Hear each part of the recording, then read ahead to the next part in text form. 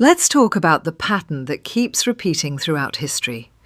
Brilliant minds create something that could genuinely change the world, and then suddenly they're silenced, broke, discredited, or dead. It starts with Nikola Tesla, the man who gave us alternating current, wireless technology, and dreamed of free energy for everyone. He died alone and broke in a hotel room. The second he was gone, the FBI raided his room and seized all his papers. To this day, many of his most important documents are still missing. Next, you've got Stanley Meyer. He built a car that ran on water, splitting water into fuel using almost no power. He was offering the world energy independence. In 1998, he suddenly collapsed after meeting with two investors, screaming, "They poisoned me." He was dead at 57. Official cause? Brain aneurysm. Then there's Royal Raymond Rife. In the 1930s, he built a microscope that could see living viruses and claimed he could destroy cancer cells with specific frequencies. His lab was raided, his equipment was destroyed, and his work was buried by the medical establishment.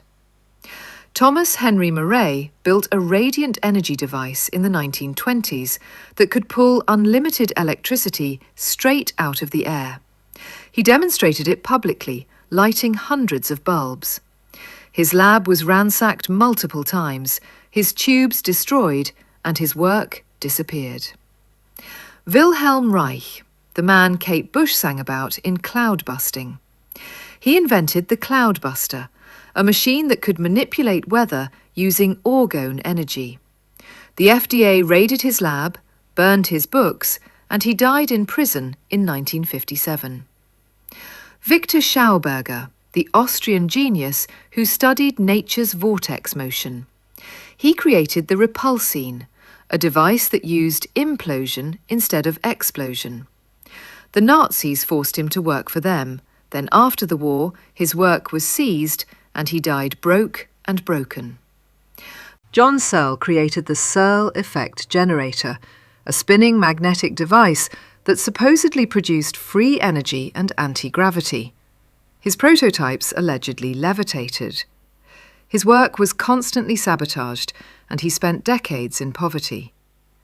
Eugene Malov, an MIT-trained scientist who defended cold fusion, was brutally beaten to death in 2004. Officially a robbery, but many believe he was getting too close to the truth. And then we get to the modern era. Amy Eskridge was a brilliant young scientist openly researching anti-gravity technology. Before she died in 2022, she told friends, "If you ever hear that I killed myself, I definitely did not." She was found dead from a gunshot wound, officially ruled suicide. She's now part of a growing list of at least 11 or 12 scientists connected to advanced energy, anti-gravity, or exotic propulsion, who've either died under suspicious circumstances or simply vanished in recent years. The pattern is the same every single time.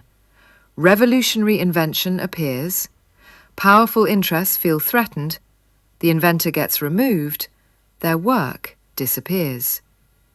This isn't a few random tragedies. This is systematic.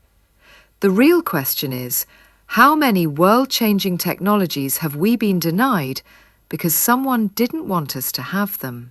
Now, let's talk about some of the faces you've seen on Ancient Aliens. Georgios Tsoukalos is still alive, but many of the people who worked closely with him, or appeared regularly on the show, have had very strange fates. Dr. J.J. Hurtak has spoken openly for decades about suppressed ancient technology. He's still around, but his work has been heavily attacked and marginalised. One of the most disturbing cases is Dr. Michael Heiser, a highly respected biblical scholar who appeared multiple times on the show. He was one of the few academics who actually engaged with the ancient astronaut theory with real credentials. He died in 2023 at age 60 after a short battle with cancer. Many fans found the timing suspicious. Lloyd Pye, the man famous for promoting the Star Child skull, appeared on the show many times. He was extremely vocal about non-human DNA and government cover-ups. He died in 2013 from a very aggressive form of cancer at just 69 years old. Erich von Däniken, the godfather of the ancient astronaut theory, is still alive, but has faced decades of attacks, lawsuits, and attempts to discredit him. But the pattern gets darker when you look at some of the lesser-known researchers connected to the same circles. Several scientists and researchers who were quietly consulting on the show or feeding information to the Ancient Aliens team have either died suddenly or gone completely silent in the last 10 years. The show itself has become a strange mix.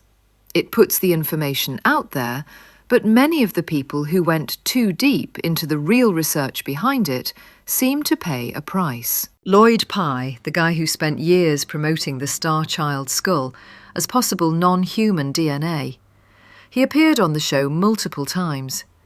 In 2013, he was diagnosed with a very aggressive lymphoma. He went from healthy to gone in months. Died at 67. Dr. Michael Heiser, the biblical scholar who brought real academic credibility to the show.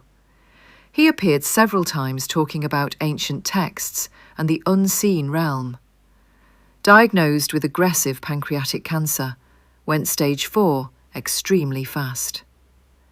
Then there's Amy Eskridge, a propulsion scientist working on anti-gravity tech.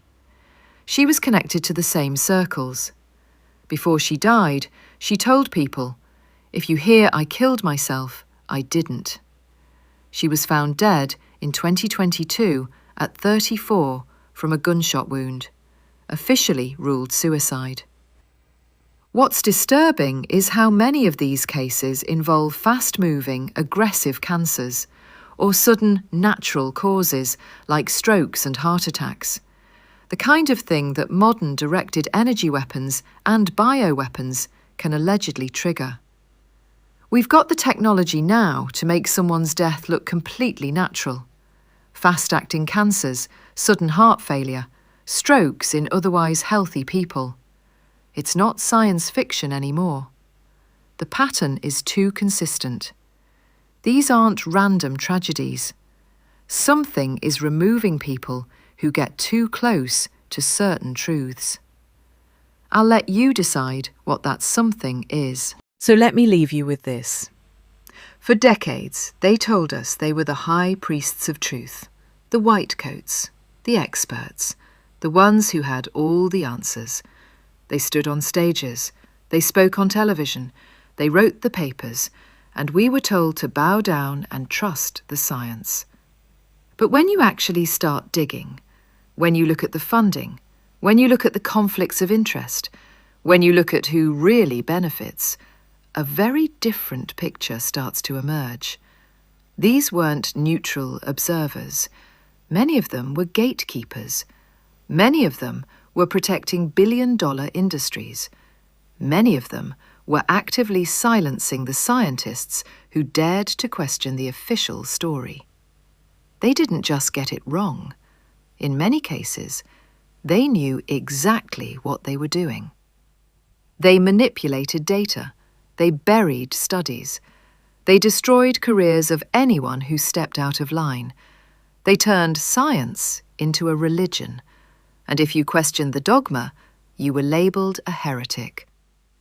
So the next time someone smugly tells you to follow the science, I want you to ask them two very simple questions. Who's funding that science? And who benefits from you believing it? Because real science doesn't need to be forced on people.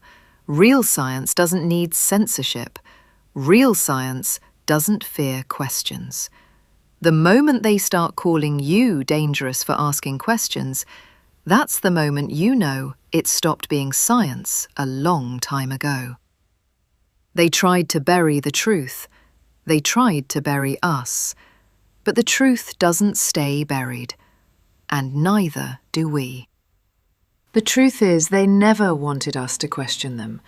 They never wanted us to look behind the curtain. They told us they were saving lives. They told us they were the only ones who knew what they were doing. They told us science was settled, while they quietly destroyed anyone who challenged the narrative. But here's what they didn't count on. People are waking up. More and more of us are noticing the patterns. More and more of us are seeing the same names, the same institutions, the same funding sources behind every official story. So the next time someone tries to shut you down with "trust the science," here's exactly what you say. Whose science? Because that one question cuts straight through all the bullshit. Is it the science paid for by the pharmaceutical companies that made billions from the last crisis? Is it the science funded by governments that needed to control the population? Is it the science from researchers whose careers depend on publishing the right results? Because real science doesn't need threats. Real science doesn't need censorship. Real science doesn't fear open debate. The moment they start calling you dangerous for simply asking questions, that's the moment you know it stopped being about science a long time ago. They don't want you to ask whose science it is, because the answer would expose everything. So the next time someone tries to shut you down with "trust the science," look them dead in the eyes and ask, whose science? Because the moment they can't answer that question, you already know everything you need to know.